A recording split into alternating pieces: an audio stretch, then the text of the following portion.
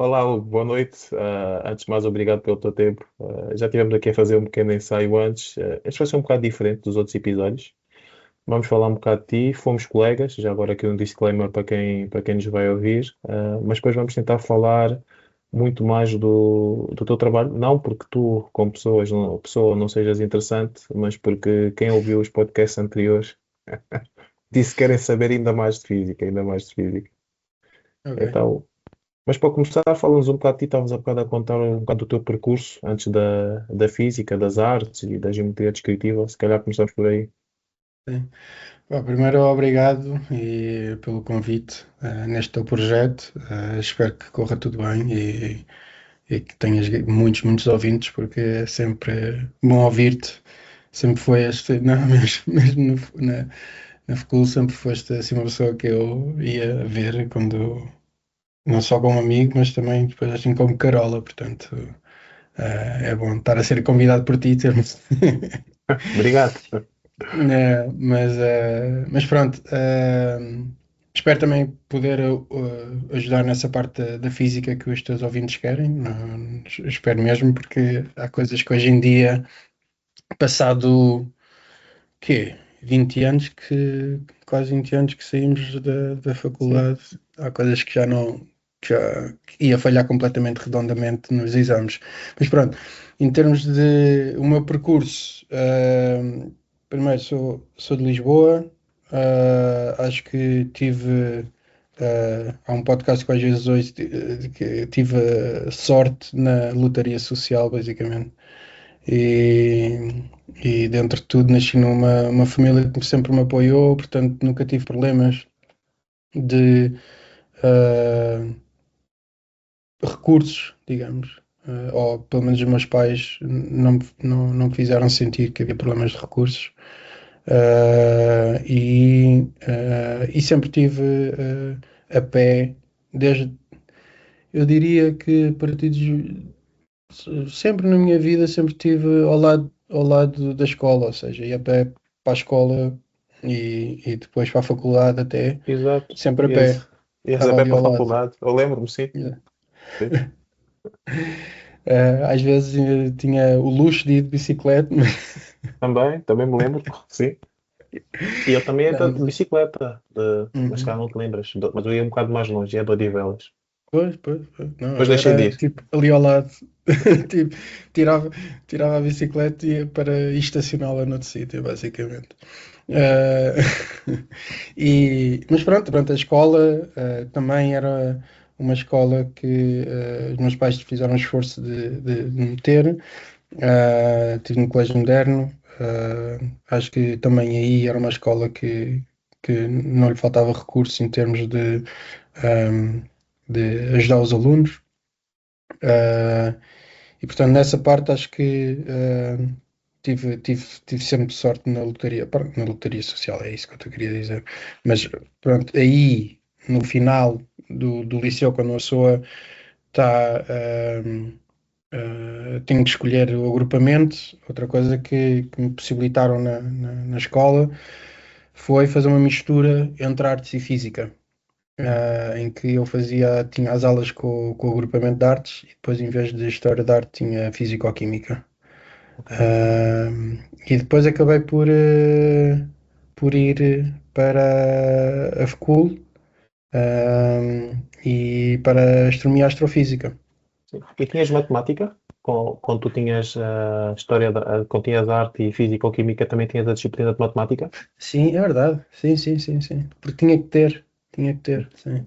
Mas acho que Ok. era. Espera aí, agora não me lembro. Eu acho que era a mesma. Eu acho que os únicos que tinham uma matemática diferente era o pessoal de Humanidades, nessa altura.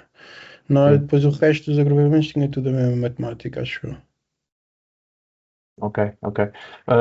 Mas artes tinha, ou seja, se tu fosses puramente só de artes, eles também tinham matemática, como tinham o primeiro agrupamento? Aprendiam funções, limites? Agora que me perguntas, não sei, mas eu acho que sim. Eu acho que nessa altura até era obrigatório para todos, que era português e matemática, não era? No Já nono não sei ano, bem. Pois, também já não me lembro. A ideia que eu tenho, posso estar errado, é que. Mas és capaz de ter razão. Tem um amigo meu que é arquiteto, e acho que sim. Depois eu vou perguntar, só Sim, para ter a sim. certeza. Uhum, Mas és capaz de ter razão. sim. Pronto, e depois da faculdade, mesmo já durante a faculdade, comecei a falar com o pessoal do observatório. Na altura era o Centro de Astronomia e Astrofísica da Universidade de Lisboa, o CAUL. Uhum, Comecei a falar com eles para ver se podia começar a trabalhar com eles, foi no terceiro ano. E lembro que foi eu e o André, às tantas, acho que começámos a trabalhar, e eu acabei por começar um projeto com o José Afonso, que também é sim, professor da FCUL, sim. acabou por me pôr a fazer um projeto com o qual depois fiz o doutoramento. Portanto, terminei em 2006. Depois houve aquela coisa de requerer, ou seja, consegui depois uma bolsa para doutoramento, mas depois a faculdade ainda se pôs. Epá, assim, entre nós, tipo, com razão, lá por teres uma bolsa não quer dizer que te aceitemos para doutoramento. Exato. Então tive que esperar mais uns meses até que depois eles, ok, então vá, pode ser. É Pode isso. ser aluno de doutoramento. Eu assim, Lá te deram a dinheiro para sério, meu, estudar. a sério, foi. Mas pronto, e depois só comecei o doutoramento em 2007. Portanto, houve aí uns meses que às tantas não. Pronto, a continuar a fazer o trabalho com o José Afonso. Uhum, E pronto, mas o primeiro contacto até foi com o João Yune. O João Yune é que fez a ponte com o José Afonso. certo, Mas também com o Rui Agostinho. Portanto, foi assim esse triângulo com certo, quem eu comecei logo a contactar. Fiz o doutoramento com o José Afonso. Terminei, fui para Concepción. Basicamente, estava a candidatar-me para todos os lados. E, e tive uma entrevista que depois não me deram nenhuma notícia. E depois, às tantas, para o Chile, ah, lá me deram e eu, pronto, aceitei e fui para o Chile, para Concepción. certo. Mas se calhar, E Hugo, antes de continuar, só fazer aqui sim, um parêntese e um passo atrás. sim. Durante a licenciatura, não é? Hum, Tu já tinhas o interesse pela astronomia antes, acho eu, mas sim, durante a licenciatura, o que é que te foi dando mais certeza? Porque nós, no nosso tempo, não é? Foi quando depois, no último ano, apanhamos aquela transição entre a licenciatura normal e o processo do Bolonha, ou foi sim, no ano a exato. seguir, também já não me lembro Não é bem. seguir. E também houve alguns desdobramentos que, se me lembro bem, não existiam quando nós entramos, não é? Ou seja, começou a haver Uhum. o sub-ramo ou o ramo da astronomia e Eu acho, foi. eu Uhum. acho que já havia. Eu acho que É? já havia. Eu acho que Já não me lembro. basicamente nós entramos já, pelo menos do nosso lado, já a coisa estava em 4 anos. Ou seja, o Bolonha era 3 e eles já tinham reduzido aquilo para 4. E depois nós fizemos o primeiro ano Uhum. e do primeiro para o segundo houve, dentro interno na FCUL, eu acho que houve uma reestruturação do curso. É Que isso que eles eu estou. depois, lembras que às tantas, Isso, tipo, reunimos lá numa sala e estávamos a ver os créditos de equivalências e não sei o quê. exatamente. É isso que eu me estava a Pronto, tentar lembrar. e isso Sim, foi já do meu primeiro para o segundo, porque tu isso. estavas um ano acima, não era? E depois, às tantas, quando eu saí da FCUL, foi mesmo no último ano, antes do Bolonha. Portanto, eu não cheguei a apanhar o Bolonha. Exato. Foi no ano a seguir, sim. Exato. Mas eu acho que a Mas. estrutura do curso sempre. Eu entrei sempre já para o ramo das astronomia astrofísica, mas os primeiros 2 anos eram comuns entre Uhum, nós, engenharia física e física teórica. Portanto, acho que eram três ramos ali que os 2 primeiros anos certo. eram comuns. Ou E muito comuns, pelo depois menos. o terceiro e o quarto eram Sim. parcialmente comuns e depois tinha mais. Pronto, era a parte É. do ramo. Em engenharia eles tinham algumas diferenças de nós, isso eu lembro, mas nós, sim, depois eu e o António fomos mais por coisas relacionadas com Sim. física de partículas e tal, tu mais É, para é, é. a astronomia e a astrofísica, mas já sabias e depois quando houve aquelas oportunidades, e o professor Lin Yun, ele sempre gostou muito de ajudar os alunos e direcionar os Sim, alunos. exatamente. A disciplina que nós tivemos foi a Introdução à Astronomia, ou Astronomia e Astrofísica, já não me lembro como é que se chamava. Gostei imenso. Uhum. Tu que já sabias mais ou menos que querias fazer aquilo, o que é que achaste dessa disciplina? Eu acho que a coisa boa era que, pelo menos o João Júnior, eu acho que ele, ah, ah, segundo a minha experiência e o pessoal com quem eu me dava, era ele fazer um esforço para que o pessoal saísse de lá ensinado. Ou seja, não Uhum. era aquela coisa de às tantas fazer testes para lixar ou basicamente não dar a matéria toda para depois ver quem é que estudava mais para além da matéria, que é um bocado o que se falou também num dos outros episódios, que eu acho que é para destacar basicamente quem é que depois tem mais curiosidade ou não, mas acho que às vezes estar a meter no teste algo que tu não ensinaste e Uhum. às tantas pá, não sei como é que é de descrever isto. Eu acho, porque os estudantes às tantas têm muita informação. Eu lembro-me que às tantas havia Sim. cadeiras que aquilo era informação e tu passavas era quase a aula toda a passar notas e não Uhum. conseguias absorver tudo. Certo. E depois em cima disso, se estiveres a testar algo uh, para além do que é que deste na aula, é um bocado, pá, pronto. Eu acho que o João não fazia isso. E o João Uhum. queria mesmo que, às vezes também era mais, tinha um espírito mais experimental, já o Rui Agostinho também. Certo. Via-se que o Rui Agostinho adorava fazer a parte experimental. E o que o João Yun não me aconteceu a mim, mas sei através de outros estudantes, ele gostava também de levar os estudantes a observar, sempre que tinha tempo, Certo. conseguia levar os estudantes a observar, e isso era uma experiência não só de mostrar que quando saísse da licenciatura às tantas tinhas, ou da licenciatura ou mestrado, já ter a experiência observacional, mas também a experiência de fogo. Pá, eu vim para Sim. aqui para fazer astronomia e já dentro da licenciatura consigo efetivamente ter essa experiência de astrónomo. Ainda que Certo. eu não, ao final, foi no final da licenciatura, não posso chamar astrónomo, mas pelo menos já estive numa sala de observação. E acho que depois, mais tarde, também houve muito com o David Sobral e hoje em dia também o Pedro Machado faz muito isso, Ok. na parte da astronomia. Ok. Mas pronto. Falaste no José Afonso, não é? Por acaso, Hum. acho que é do José Afonso, essa história do Linux, porque o José Afonso terminou com uma média bastante alta, 19 ou 20, não é? Sim, sim, sim. Sim, então é do José Afonso. Já Tipo, é Afonso, porque pronto, já é o Afonso é, um carola mesmo. Pronto, é yeah, yeah. assim. Mas nos testes do Linux, nos exames, havia uma pergunta que era sempre igual. E ele fazia essa pergunta porque no exame de astronomia foi a única pergunta que o José Afonso falhou. Tipo, ele teve tudo o resto certo. Naquela pequenita, ele tipo errou, então ele Sim, metia sempre aquela em todos os exames, só para ver quem falhava e quem acertava. isso é. Não sei se sabias disso, por acaso Não, não, não. Tinha perdido ele já. Ou se me disseram, já me esqueci com o tempo. depois é isso. Mas se perguntares, ele há de dizer. Então depois começaste a trabalhar com José Afonso Ainda bem que não vais fazer essa pergunta, porque senão. não me lembro também. E Eu lembro agora eu vou deste. já, ao final destes anos todos de astrónomo, porra, pá. Corta aí, corta Quarta, aí. quarta. Olha, mas não me lembro por acaso não me lembro qual é que era a pergunta, mas lembro-me da história. E no que é que tu trabalhaste com José Afonso?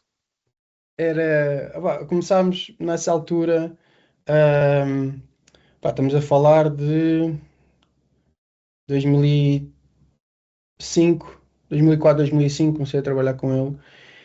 E para termos um contexto, os detectores, assim que que o pessoal começou a fazer surveys de galáxias e do céu, foi no final dos 80. Portanto, estamos a falar de 10, 15 anos depois, eu estar a trabalhar numa coisa que era basicamente galáxias que de repente não tinham aparecido em estudos do óptico e de repente o pessoal começa a ver, fogo, há muitas. E depois havia. Os astrónomos têm esta mania de dar nomes a tudo. Então, às tantas, dependendo do tipo de seleção destas galáxias, tu tinhas nomes: Extreme Red Galaxies, Distant Red Galaxies, Extremely Red, Uhum. coisas assim, tipo, era tudo acrónimos e basicamente era isso. Eu, basicamente, O meu doutoramento vê-se, ou parte do meu doutoramento é mais a unificação de pá, o que é que são diferentes mesmo e Uhum. onde é que são iguais. Porque efetivamente a seleção era tão simples que abarcava dois tipos de galáxias, mais ou menos, tornando a coisa bem simples, era galáxias que eram vermelhas, vá, porque por já não estarem a formar estrelas novas, portanto deixam as estrelas quentes, que são mais azuis, uh, são as que morrem mais rapidamente e ficas com uma distribuição espectral de energia de uma galáxia geral mais dominada pelas estrelas velhas que são mais vermelhas. Uhum. Uh, mas por outro lado, tens umas que estão a formar estrelas, mas que estão embebidas em poeira, e portanto, novamente, o ultravioleta e o óptico são absorvidos e elas aparecem vermelhas. Pronto. Então era um bocado perceber qual é que era a diferença entre elas, o que é que se selecionava mais. E é giro que agora, quando o James Webb apareceu, voltou um bocado essa moda de seleção dessas Ok. galáxias. E às tantas, uma das coisas que o pessoal começou a ver era estes Little Red Dots, que a seleção é muito parecida com os Distant Red Galaxies que nós estávamos a trabalhar nessa altura. Ok. É de certa maneira parecida. Portanto, eu às tantas penso, fogo. Porque eu lembro-me de uma pessoa dizer que nessa altura o trabalho que eu estava a fazer já era passado, estás a ver? É isso. Em Uh, 2026 ou 2024 estão a fazer Volta um coisas bocado a parecidas. mesma abordagem, estás a ver? E é um Sim. bocado. Pronto, ou seja, eu acho que muitas vezes é o pessoal a tentar levar, a simplificar, porque tu ao simplificares uma seleção consegues uh, ter uma seleção de amostra mais simples. Se depois às vezes Sim. queres mesmo caracterizar a população que tens em termos de conteúdo característico de uma população, às tantas, se tu não tens uma seleção simples, ou Uhum. basicamente uma seleção que tu não consigas controlar, fica muito difícil dizer, não, este resultado é representativo desta população. Uhum. Se a tua população depois é uma sopa de não sei o quê, pá, Se tens então parâmetros a mais, fica difícil. pronto, então eu acho Uhum. que, e para além disso, requeres menos informação Uhum. para conseguir uma população maior, uma população mais estatística. Eu acho que essa abordagem mantém-se, de certa maneira, o pessoal adopta muitas vezes essa abordagem por causa disso mesmo. É Ok. porque às vezes consegues uma seleção mais simples e, por outro lado, consegues ir explorar os dados até ao nível do ruído, quase. Está a ver? Ok. Ok. Percebo. E isso permite para a gente descobrir coisas muito raras, galáxias muito distantes ou coisas completamente obscurecidas que às tantas o ALMA detecta e o JWST não, coisas assim. Daqui, vou Pronto. só parar aqui só. Vamos dar um passo atrás. Tu usaste algumas expressões, para nós Hum, são claras, mas vamos ajudar a quem nos ouve. Uma delas que tu sim, falaste é análise espectral. O sim. que é isso? O que é o espectro? E como é que nós sabemos que o espectro que nós temos aqui no planeta Terra dos elementos é igual ao espectro das estrelas que estão lá longe? Podes-nos falar um bocado desta parte da ciência? Ok. Então, o nosso olho, começamos pelo simples, o nosso olho, ou a vida na Terra, adaptou-se eh, a uma janela do espectro total existente no universo. Essa janela é uma que a atmosfera terrestre deixa passar e que chega à superfície da Terra. Uhum.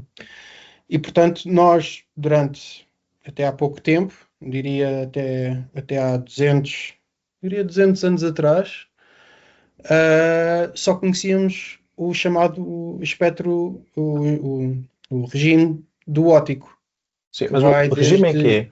Você estás a falar de luz, não é? Sim, sim, vai de comprimentos de onda de 400 nanómetros até aos 900 nanómetros, ou alguma coisa, até Mas o aos que é isso? 800. O que é isso Hum? dos comprimentos de onda? Eu não sei. Ajuda. Estás a esticar, estás a esticar. Boa, boa, boa, boa. Pronto, a luz tem este comportamento ondulatório corpuscular, posso dizer assim? Sim. Não sei. Pronto. mas pronto, tem um comportamento de onda e podemos, e daqui a bocado já vamos podemos falar disso porque é o modo como o alma funciona por causa da propriedade ondulatória da luz. Ok. Fala-se muitas vezes da partícula fotão, mas é uma partícula probabilística nesse sentido, porque depois tem esta propriedade ondulatória também. E essa partícula é caracterizada por a energia,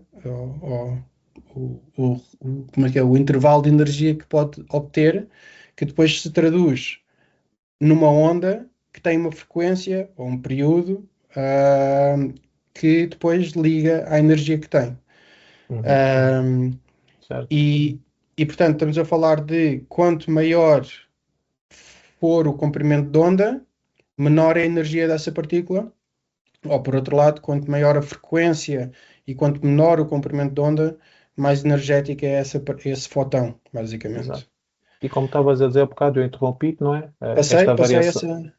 Diz? Passaste? Não, Passei. não. Não, é Não, para não, quem nos ouve. não, mas isto é verdade, tipo, uma pessoa às tantas com estas coisas de simplificar, muitas vezes pode confundir a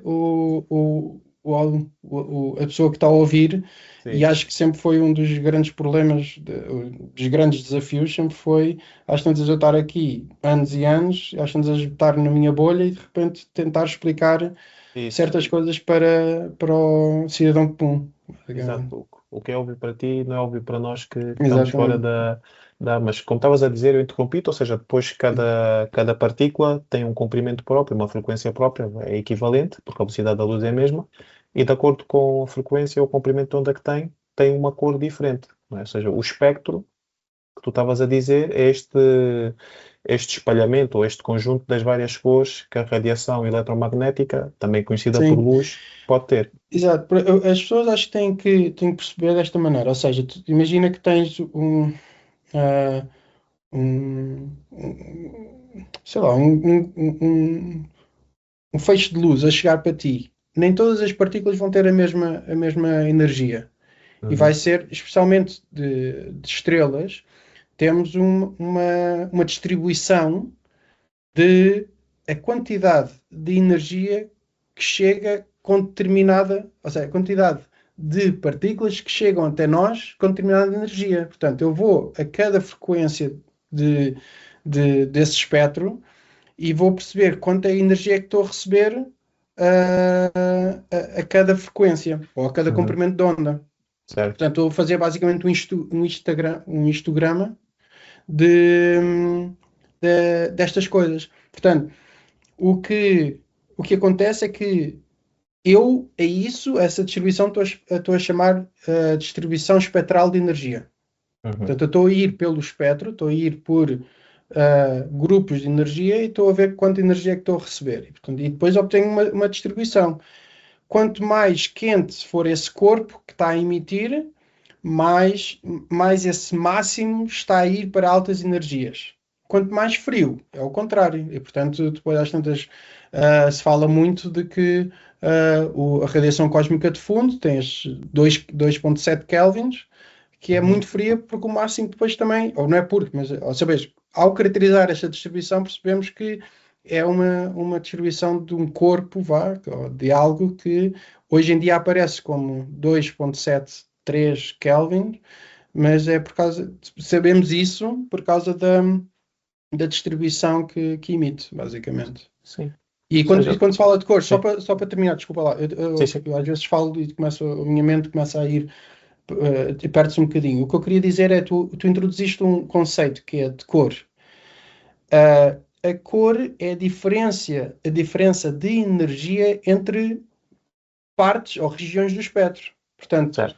uma coisa que seja azul é que está a emitir mais energia a comprimentos de onda menores do que a maiores. E Certo. vermelho ao contrário, pronto. Uhum. Um, e é um bocado isso, ou seja, e essa diferença de cores pode ser intrínseca à fonte, ou seja, algo que seja frio é mais vermelho, Uhum. ou então coisas externas, como a poeira. Se eu puser poeira em frente do Sol, ou uma nuvem de poeira em frente ao Sol, vou ter o Sol vai parecer mais vermelho. Se o Sol tiver-se a pôr, também mais vermelho. Pronto. Fixe. Esse tipo de coisas não é intrínseco à fonte, mas o meio que essa luz depois está a atravessar. Ok, pronto, é exatamente aí, não é? Ou seja, e se calhar só para terminar, foi graças à mecânica quântica, as pessoas começaram a medir isto antes, não é? Mas nós percebemos isto graças à mecânica quântica, porque é que elementos químicos diferentes tinham espectros de emissão e de absorção diferentes. E Uhum, depois, quando nós começamos a olhar para o espaço, para as estrelas, em primeiro lugar, nós percebemos que o mesmo tipo de espectros de emissão, de absorção que nós vemos aqui no planeta Terra é parecido com o espectro que nós vemos das coisas que estão no espaço, só que as riscas às vezes estão deslocadas, não é? uhum. Devido ao movimento relativo entre nós e o corpo emissor. É mais ou menos isso? Alguma coisa que gostarias de acrescentar aqui? Sim, ou seja, eu acho que a grande mudança veio no princípio do século XX, na verdade. Parece, às vezes falamos destas coisas, parece que já foi há muito tempo, mas foi, na nossa Isso, história, foi tipo ontem. Uma exatamente. dessas foi perceber que havia mais radiação para além do óptico, e isso foi em 1800 e tal. Acho que foi com o William Herschel, que descobriu basicamente o infravermelho. Já não sei quem é que descobriu o ultravioleta, basicamente, mas e foi por acidente, segundo se conta a história. Mas Uhum, depois, outra coisa que aconteceu foi já no princípio do século XIX, e se me permites, vou aqui buscar uma coisa. Tu tens, para dar bem aqui, para dar o nome, porque é importante também às vezes mencionar isto. Estamos a falar de Cecilia Payne, uhum, que ela viveu de 1900 a 1969, que ela, a tese de doutoramento dela, é sobre atmosferas estelares. é, E basicamente ela foi a primeira a dizer que as estrelas eram compostas por hidrogênio e hélio. Algo certo. que nessa altura era contraintuitivo, porque tu olhas Uhum, para a Terra, vês outros elementos, e agora tipo, as estrelas é hidrogênio e hélio. A sério, tipo, houve muitas uhum, pessoas que acharam que não era possível. Pronto, e ela basicamente teve muitos problemas, mas basicamente é considerado uma das teses mais revolucionárias na astronomia, Cecilia Payne. ok. Mas é um bocado aquilo que também estavas a dizer, ou seja, nós, quando temos a revolução, no princípio do século XX, que é o conceito de introdução de espectroscopia na astronomia, a astronomia passa a ser astrofísica. Certo. Percebes? Sim. Antes era maioritariamente dominada por astrometria, por isso é que Uhum, temos o Observatório Astronómico de Lisboa, feito como é, com a estrutura que é, porque era pensado para fazer a astrometria, a métrica do universo, e de repente, no princípio do século XX, tens esta revolução que efetivamente passas a poder fazer a astrofísica, saber uhum, qual é que é a composição do universo. exatamente. Esta tese, por exemplo, foi uma das grandes transformações que originaram dessa transformação Uhum. na física, sim, pronto, Na na física física. em geral. Sim. Sim. Bom, Isso que me estavas a dizer, só para terminar, porque tu sim, deste essa questão da velocidade, isso novamente estamos a fazer alusão à propriedade ondulatória da luz, certo. que basicamente, ou seja, fazendo a analogia com o som, que é compactação de um meio, compactação ou relaxação do meio, ahm, que é basicamente uma onda também, mas fazendo essa analogia, mas sabendo a diferença entre as duas, é a questão das motas a aproximar-se e as motas a afastar-se. Tem uma frequência, é a mesma moto, podemos fazer de maneira a que seja o mesmo som e quando elas se aproximam é um som mais agudo, quando se afastam é um som mais grave. Isso também Uhum, acontece com a luz. E por isso é que se temos uma, ahm, uma estrela que se mexe, podemos ver através do espectro dela como é que ela se está a mexer. E muitos dos planetas que se detectaram uhum, foi através dessa técnica de velocidade radial, que basicamente vês uma estrela a mexer-se com um período que depois bate certo com a órbita de um planeta de certa massa e não sei o quê. certo, certo. Sim, o que eu queria dizer é, e foi muito telescópico, não é? Mas nós temos, e só para fixar, vamos pensar, por exemplo, no caso do espectro de absorção. Temos Sim, um elemento, a luz vem e para algumas cores da luz, alguns comprimentos de onda da luz, aquele elemento vai absorver. exato. Ah, quer dizer, deixa-me fazer o contrário, espectro da emissão. Temos Sim, um elemento, ele é aquecido e emite luz para alguns comprimentos de onda. Nós, quando olhamos para o Sol, por exemplo, ou para Neptuno, pegando no caso da Cecília Payne, que viu o hélio e o hidrogênio no Sol ou nas estrelas em geral, já não. acho que foi boa pergunta, mas eu acho que a segunda tese é geral, tipo, É ela geral? viu uma Sim, amostra, isto foi de 1925, sim, e ela basicamente numa amostra de estrelas percebeu que sim. era hidrogênio e hélio. Mas as riscas não estavam exatamente nos mesmos sítios que nós vemos aqui na Terra, imagino eu, porque as estrelas Hum. estão em movimento relativamente a nós, mas o que ela Sim, sim, reparou é que as distâncias entre as riscas eram exatamente as mesmas, só que estavam um bocado para a esquerda ou um bocado para a sim, direita. E é assim que ela depreende que é hidrogênio e hélio, e depois também depreende que existe movimento relativo, novamente, como tu disseste, porque estamos a sim, assumir que a luz propaga como uma onda, então temos este efeito que é o efeito de Doppler, só para darmos sim, aqui um nome exato. às coisas. Eu não sei se isto é verdade, mas Hum. eu acho, na altura em que o Newton fez a experiência do prisma, Uhum. ou se não foi o Newton, foi outra pessoa qualquer, mas na altura em que fizeram a experiência do prisma, em que puseram a luz branca no espectro das cores do arco-íris, Uhum. uma maneira que eles testaram para ver se existia cor para cima do violeta e para baixo do vermelho foi meter um termómetro.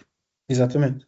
E se não existir radiação, então não vai acontecer nada. Mas se existir Segundo, radiação, a temperatura vai subir. eu acho que foi o Herschel, podemos Ok, daqui a bocado ver, mas sim.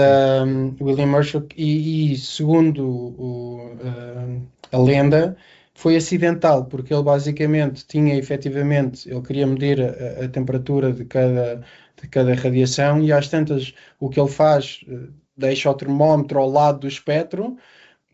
E percebeu que efetivamente o termómetro tinha uma temperatura numa zona em que ele não estava a ver o espectro. Portanto, ele começou a fazer essa medição e começou a perceber. As pessoas têm que perceber uma coisa, por exemplo, quando estamos ao sol, o ultravioleta é o que te vai dar a cor, porque é o que te vai interferir com a química das células. Uhum. O infravermelho é o que te aquece, basicamente. Ok. Basicamente, o ultravioleta consegue penetrar de uma maneira que consegue fazer dissociação e Uhum. transformação da química da superfície onde está a embater. Tem mais Ok. energia para fazer isso, tem mais energia para fazer dissociação, e por isso também está associado muito também ao cancro de pele, porque Uhum. basicamente embate e começa ali a introduzir coisas que o organismo não produziu e não está habituado. Pronto. Certo. E portanto, espero não estar aqui a dar uma grande calinada, mas é basicamente tu interferes basicamente com a química, porque tens energia suficiente para dissociar ligações Uhum. entre átomos, nas moléculas e tudo mais. Com o infravermelho, o que tu estás a fazer é mais associado às como é que é? Transições de moléculas vibratórias e rotacionais. Certo. Isto é mais associado ao infravermelho.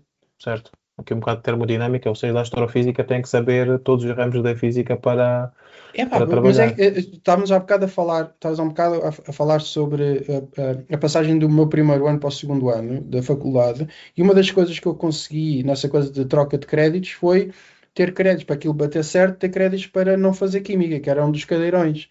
Uhum.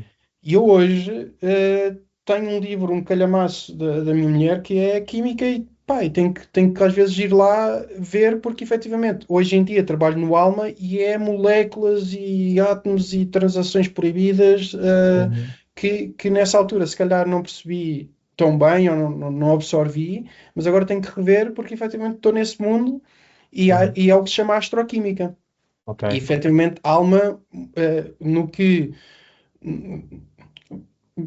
principalmente na parte de astronomia dentro da nossa galáxia, de zonas de formação estelar, tens centenas, tu fazes um espectro, tu apontas o alma para um sítio, para um hot corona, basicamente, que é basicamente uma zona de formação, ou seja, um hot corona, se calhar não vou dizer, porque não sei, já não me lembro bem o que é, mas basicamente tu olhas para zonas de formação estelar, ou uma nuvem molecular onde se vão formar estrelas, e Uhum. às tantas tu tens uma planóplia de moléculas que às tantas te contaminam tanto, ou seja, estou a utilizar a palavra contaminar, mas não é, porque tu nem consegues ver a parte da emissão do contínuo da poeira, porque há tanta química na astronomia, ou seja, nestas regiões, o que de certa maneira também mostra o evoluído que as coisas, que essa região também está, porque basicamente Certo. é aquilo que estamos a falar. As estrelas são hidrogênio e hélio, certo?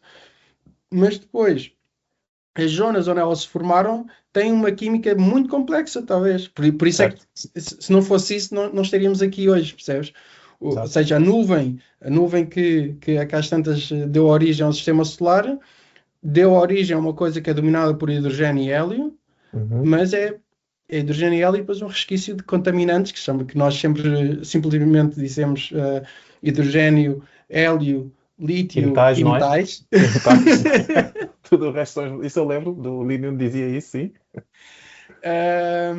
E pronto, mas esses metais, em combinados com, que estamos a falar, com carbono, oxigênio, azoto, Uhum. que o próprio ciclo de CNO, que é o carbono, azoto e oxigênio, é muito importante para depois a fusão das estrelas. Portanto, toda essa complexidade química já revela que basicamente não somos originais, vá, e Uhum. que se não fosse essa contaminação de metais, nós não estaríamos aqui. Ok. Bom.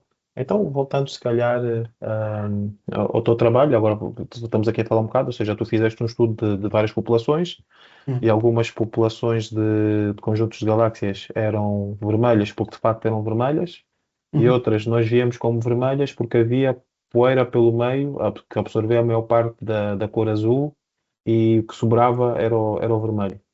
Mas como é que nós sabemos que existe essa poeira e que existe essa absorção? É, novamente, tu tens propriedades, ou seja, desculpa, hum, morfologias, eu quando digo morfologia, mas formas no espectro que depois te dizem o que é, na verdade. Ou Uhum. seja, tu tens uma quebra, ou tens várias quebras no espectro. Uma delas é à volta dos 4.000 angstroms, que parcialmente é por causa de absorção, Angstrom é bandas de uma medida absorção de do. distância, não é? De Hum? comprimento, aliás. Angstrom é uma medida de comprimento. Só para quem nos ouve Exatamente, também. desculpa. Uhum. Angstrom é Não faz 10 mal. elevado a menos 10 metros. Uhum. Uhum. Portanto, estamos a Muito levar pequeno mesmo. 0,1 nanómetros, basicamente. Uhum.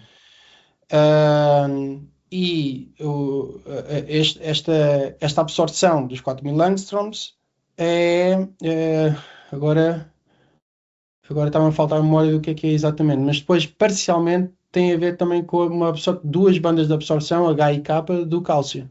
Ok, Isto é das atmosferas estelares. Pronto. certo.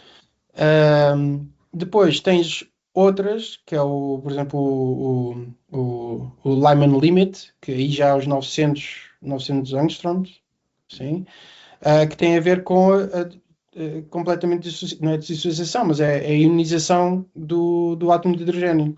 Ok. Portanto, a partir daí, pronto. E portanto, depois tens 1,6 microns, também tens o máximo de emissão que está associado ao mínimo de absorção de hidrogênio nas fotosferas estelares. Portanto, Aham. tens morfologias que tu sabes que depois tu, ao ajustares modelos de formação estelar, de história de formação estelar, depois combinado com um bocadinho de absorção de poeira, não sei o quê, tu ajustas, fazes um ajuste aos pontos de fotometria que tu tens, quando não tens mesmo um espectro muito fino, porque basicamente a maior parte das galáxias que nós conhecemos no universo não têm espectros.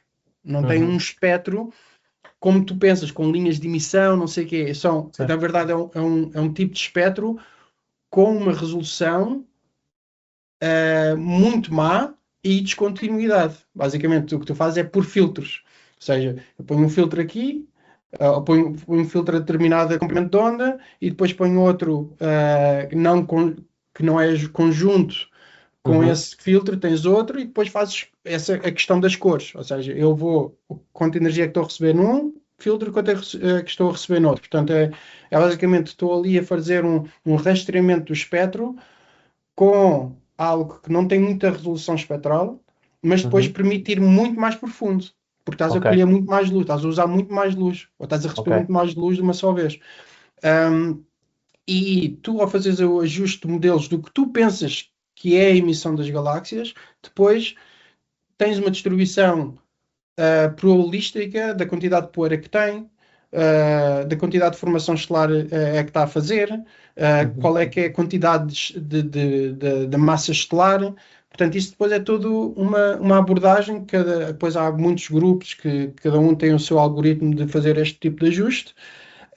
Um, e por isso, às tantas, estamos a ter respostas diferentes para uma só galáxia. E por isso, às vezes há discussão que, pá, se eu utilizar estes modelos, na verdade, tu estás a estimar uma massa estelar maior do que era esperada, porque não estás a considerar, por exemplo, a emissão de estrelas da Syntactic Giant Branch, que é um ramo da evolução estelar de gigantes vermelhas, por exemplo.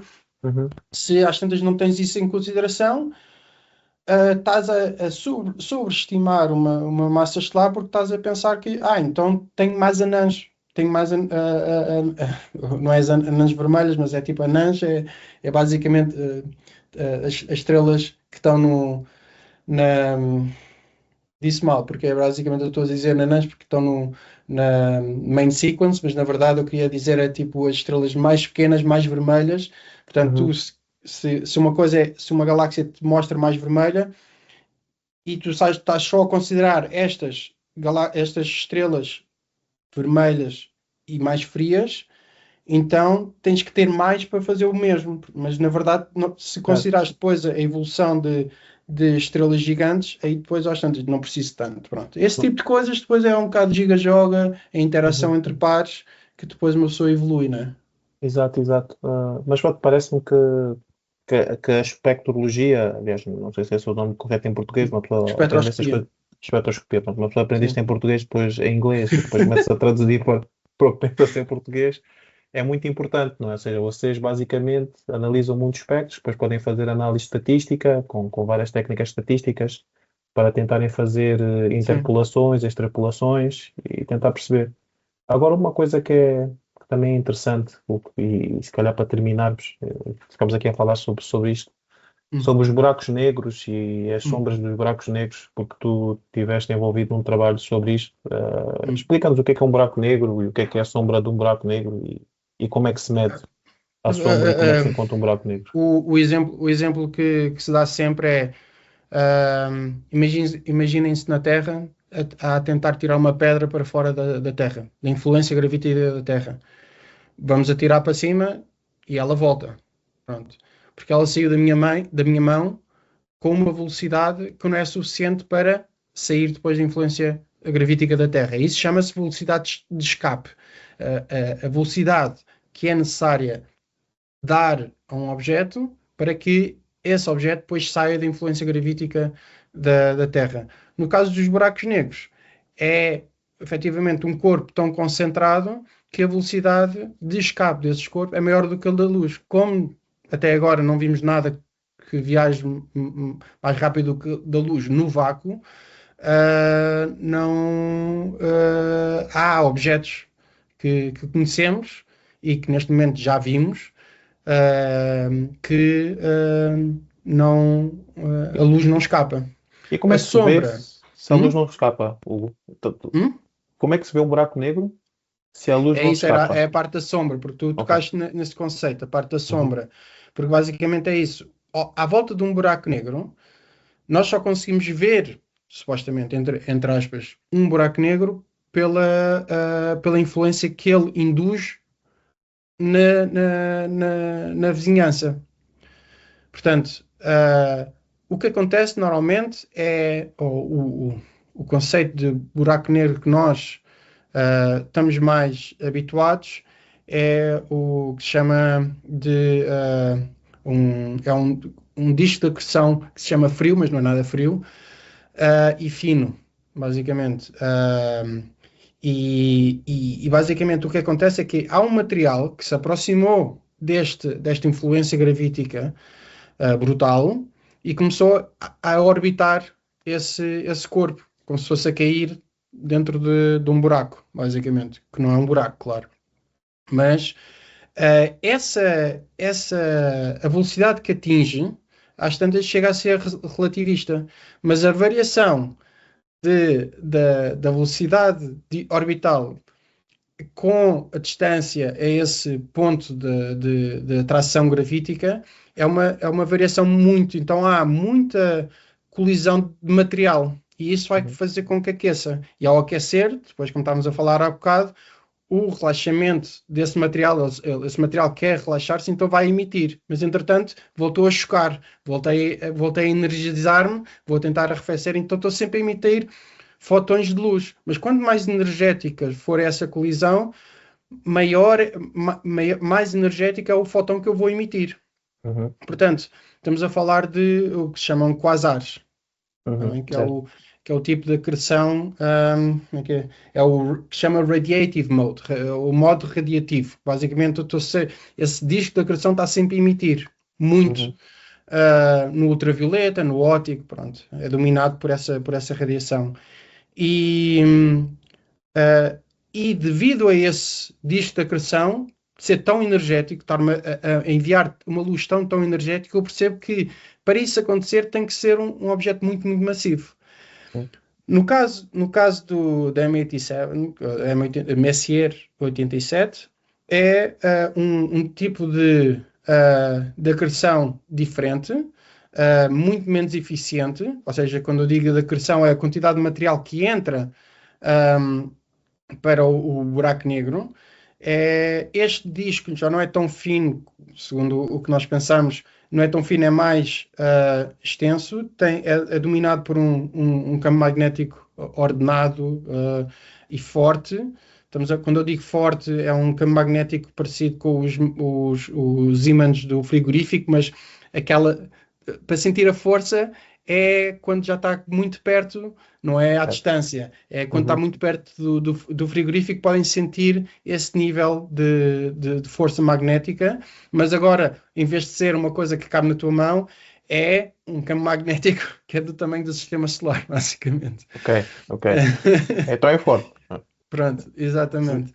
Ahm, e pronto, as pessoas previram que fizeram previsão que era possível, à distância que estamos, pelo menos destes dois buracos negros que se observaram, se efetivamente eles têm esta massa, este tamanho, então vamos conseguir ver esse disco de acreção à volta e no meio devíamos ver a falta de luz.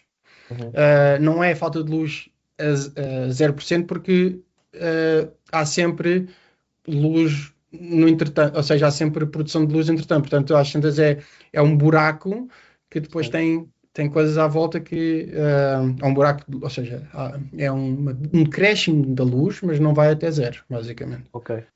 Mas não É estamos a só. falar não estamos a Uhum. falar de evaporação de Hawking nem nada, estamos a falar Não. mesmo efetivamente coisas que estão Certo, na linha de visão. certo, certo. Esta sombra é definida por contraste com uma zona que é mais luminosa, não é? Ou seja, ali existe luz, ou Uhum. existe radiação eletromagnética, mas à volta nós conseguimos ver radiação eletromagnética mais intensa, mais numerosa. O que é que é? Quando eu digo mais intensa é porque é mais azul, mais numerosa é porque existem mais fotões, ou é ambos os efeitos? Depende do disco, do tipo de acreção que estamos a falar, do tipo de disco que estamos a falar.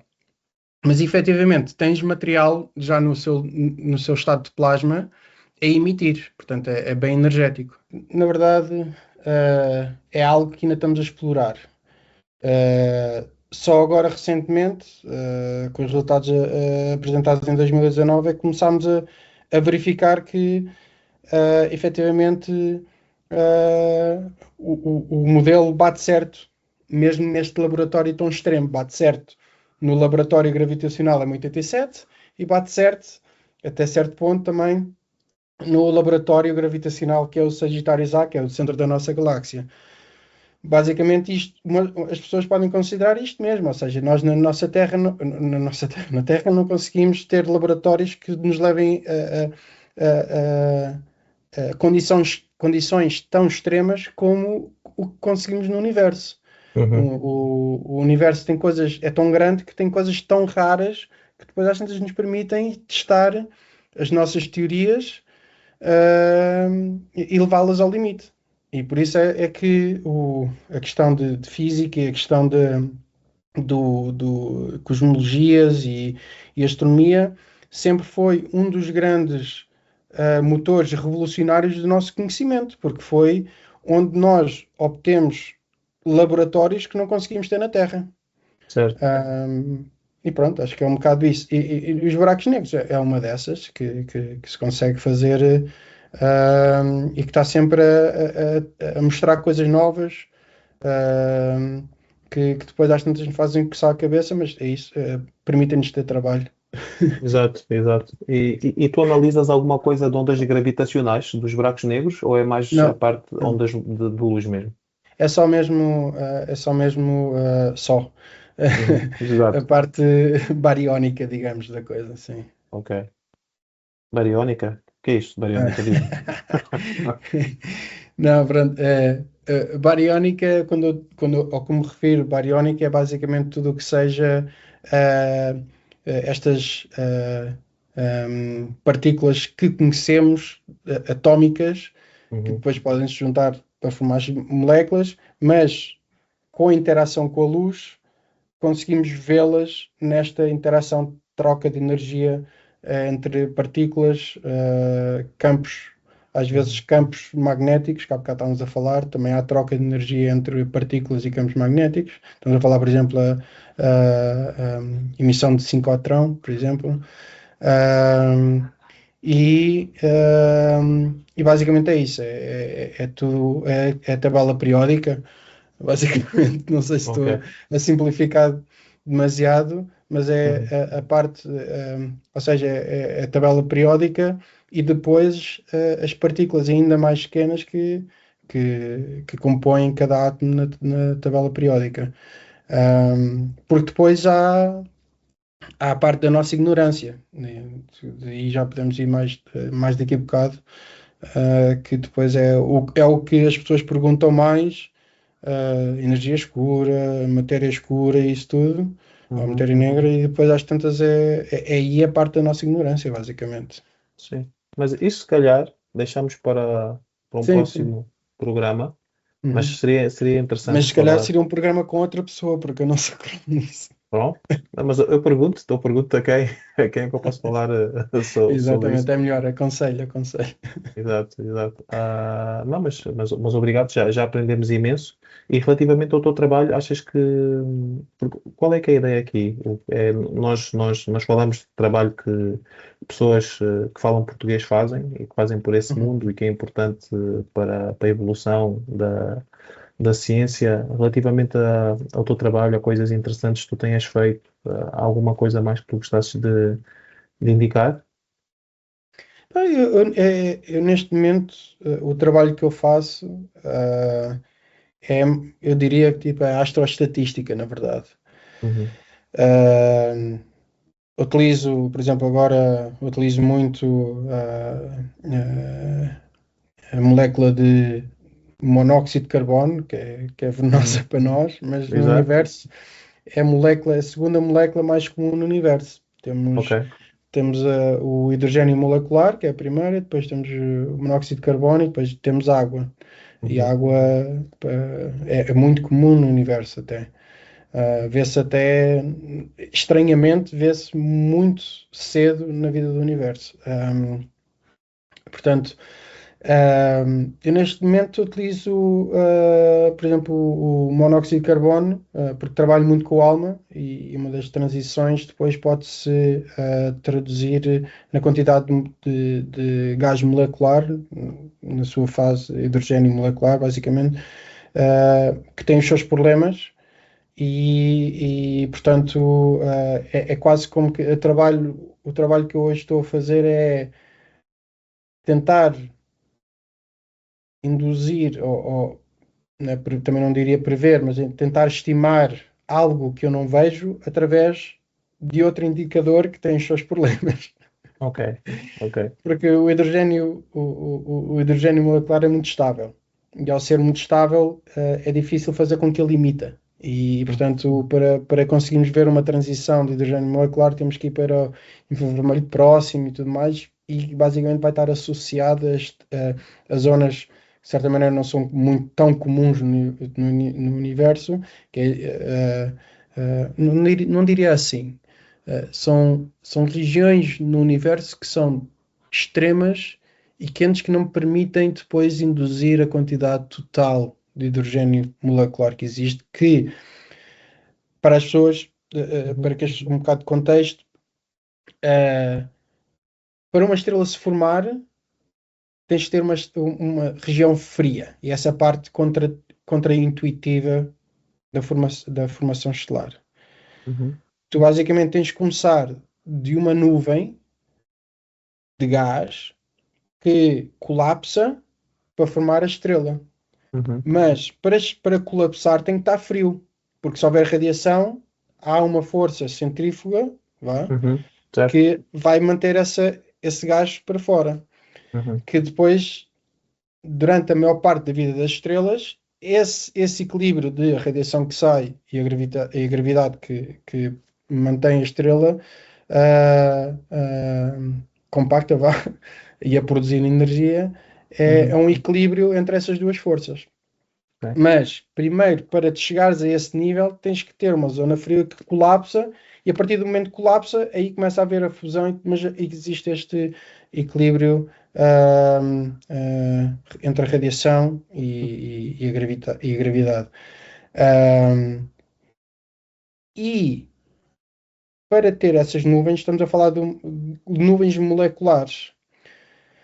E não quer dizer, o que eu queria dizer, o que eu quero dizer aqui é que não quer dizer que para tu teres uma estrela tens que ter hidrogênio molecular. Não, tu tens é que ter condições, mas Uhum, acontece que nessas condições que tu tens que ter para formar uma estrela também são as condições para formar hidrogênio molecular. Portanto, o hidrogênio atómico transforma-se em hidrogênio molecular e depois esse hidrogênio depois transforma-se, compacta-se, uhum. e depois dás aso a esta estrela que depois vai ser outra vez hidrogênio e hélio, Ok. basicamente. E começas a queimar o Uhum. núcleo de hidrogênio, depois o de hélio, blá blá blá, por aí fora. E o que é que nós ficamos a perceber mais sobre o universo quando ficamos a perceber melhor a distribuição ou as transições do monóxido de carbono? Primeiro é isso, é perceber o combustível, do meu ponto de vista, neste momento, é o monóxido de carbono que nos permite, é uma forma, novamente, que tem os seus problemas, mas conseguimos prever ou induzir quanto é que há de combustível para as galáxias crescerem. Uhum, Porque é quase que todo o conhecimento que nós temos é muitas vezes de ah, começar com o que nós vemos, com o que nossos olhos viam, e depois ir uhum, para além dessa bolha e começar a descobrir. Então, o que a história nos fez foi, começámos a ver estrelas no céu, e depois começámos a ver as chamadas nebulosas. E havia umas que eram nebulosas que efetivamente eram dentro da certo, galáxia e outras que estavam fora da galáxia. Isto certo. foi para aí há 100 anos. Nos últimos 100 anos, às tantas, de repente, sabemos que estamos numa coisa que se chama uma galáxia e que há Uhum, muitas outras pelo universo fora. certo. E o modo como elas evoluem depende não só do ambiente em questão, se tem mais galáxias, se tem menos galáxias, mas também a quantidade de gás que têm dentro delas para poder crescer. E quando eu Ok, digo fazer crescer, é ter mais estrelas, é ter mais massa esse gás uh, associado a estrelas, ou em estrelas. ok. Um, E basicamente isso é o modo como uma galáxia cresce em massa Uhum. estelar. Mas pronto, depois há outras coisas, mas basicamente é isso. O saber o quanto gás é que existe nas galáxias é basicamente saber qual é que é o potencial que esta galáxia poderá ter para crescer. Mas depois, Ok. claro, esse mecanismo de formação, ou seja, de formação estelar através deste gás, não é 100% eficiente. Há sempre gás que fica para fora, há sempre gás que depois aquece e já não forma estrelas. Portanto, é essa parte da astrofísica que depois nós também tentamos explorar. E é daqui que entra a estatística, e é por isso que tu dizes que o que tu fazes é astroestatística? É pá, sim, porque às tantas, uma coisa que temos que sempre admitir é que, pronto, temos sempre estas incertezas e estamos a levar os instrumentos até ao limite. E eu levar Uhum. os instrumentos até ao limite muitas vezes quer dizer que estás a trabalhar com populações muitas vezes pequenas. Hum. Portanto, perceber que quão representativa muitas vezes é a tua amostra relativamente a uma amostra de controle, também estabelecer uma amostra de controle que seja exatamente que eu possa mesmo comparar, percebes? Certo? E isso tudo leva-me a querer dizer que hoje em dia estou mais focado na parte de astroestatística, mas depois às vezes aparecem nas mãos coisas um bocado mais complexas, tentar perceber que tipo de acreção, há bocado estávamos a falar, que tipo de acreção é que um buraco negro está, ou seja, está em que tipo de modo de acreção é que um buraco negro está ativo, não é? Uhum. E por aí fora. E Ok. essa parte já tem a ver um bocado a parte da química, porque porque é que eu às tantas tenho mais no espectro, por exemplo, tenho mais bandas de emissão de ferro ao pé do hidrogênio, e isso vai-me dar indicações do tipo de disco de acreção que eu tenho, se é mais energético, se tem mais quantidade de gás à volta e está a acretar mais, está a comer mais material ou não. Portanto, isso Interessante. tudo são coisas que eu posso ah, tentar induzir baseado no espectro que recebo de um buraco negro, mas depois tento relacionar também com a evolução da galáxia em que esse buraco negro está. Portanto, Uhum. isso também depois é outro ramo de investigação que o pessoal se foca muito. Interessante. Interessante. Hugo, não te roubo mais tempo. Só quero agradecer a tua presença aqui e contamos contigo para um próximo episódio onde vamos falar de mais alguns temas que não tivemos tempo de falar desta vez. E um grande abraço e até à próxima.